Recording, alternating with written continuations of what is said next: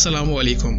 एक और किस के साथ आज हाजिर हैं। आपसे गुजारिश है कि आपको अगर हमारा काम पसंद आ रहा है कि इस चैनल को फॉलो कीजिए, सब्सक्राइब कीजिए और अपने दोस्तों से शेयर कीजिए और इस वीडियो को लाइक भी कीजिए।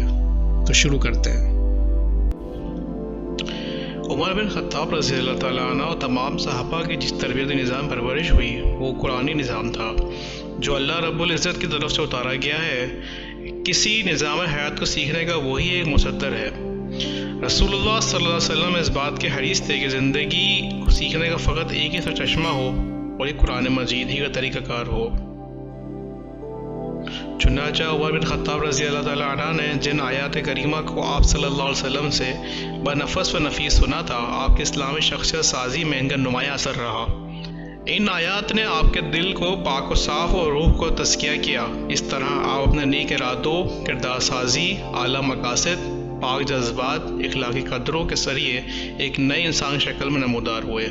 उमर फारूक रज़ियल्लाहु ताला अन्हु ने कुरान करीम के ज़रिए से पहचान लिया कि हक़ीक़ी माबूद कौन है, सिर्फ इसी की इबादत वाजिब है। नबी करीम सल्लल्लाहु अलैहि वसल्लम कुरान की अजीम आयात से उमर रज़ियल्लाहु ताला अन्हु की रूह की आबियारी करते थे और आप सल्लल्लाहु अलैहि वसल्लम को हमेशा ये कोशिश भी रहती कि आपके सहाबा अपने हकीकी रब और बंदों पर इसके हुकूक के बारे में सही तस्वीर और तरबियत पाएँ, क्योंकि आप सल्लल्लाहु अलैहि वसल्लम बखूबी वाकिफ़ थे कि जब रूहें साफ़ व शफाफ हो जाएंगी और फितरत की दुस्तगी हो जाएगी तो यही सच्चा तसव्वुर, यकीन और तस्दीक को दिल में जागज़ीन कर देगा। इस तरह अल्लाह ताला कायनात, ज़िंदगी, जन्नत और जहन्नुम, क़ज़ा और क़दर, इंसान की हकीकत और शैतान से इसकी जंग के बारे में आपका नज़रिया कुरान करीम और सुन्नत नबवी सल्लल्लाहु अलैहि वसल्लम पर कायम हो गया। उमर रज़ियल्लाहु ताला अन्हु सहाबा कराम में सबसे ज़्यादा दुलेर और बहादुर थे। आप सल्लल्लाहु अलैहि वसल्लम से किसी नामानूस अमल को सादिर होता देखते तो पूछ लेते, मुकम्मल सदाकत और साफ गोई के साथ अपने राय का इज़हार करते। आपके कमाल, दानाई और कुरान करीम के मकासद पर अबूर व नुक्ता फ़हमी की अहम दलील है कि बाज़ मौक़ों पर आपके नज़रिए और राय की तायीद के मुवाफ़िक़ कुरान मजीद का नुज़ूल हुआ।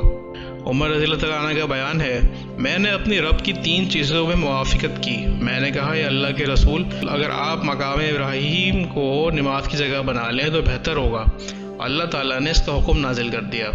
मैंने कहा, या अल्लाह के रसूल, आपके पास नेक व बद सभी लोग आते हैं, लिहाजा आप उम्मुल मोमिनात को पर्दे का हुक्म दे देते तो बेहतर होता।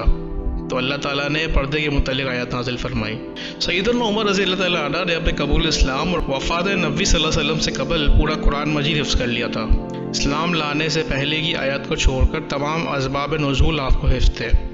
अगर हम ये कहें कि उमर रज़ियल्लाहु ताला अन्हु कुरान के असबाब नुज़ूल के बहुत बड़े आलिम थे तो ख़ास तौर से अपनी ज़िंदगी इस्लामी में ये मुबालिगा की बात न होगी।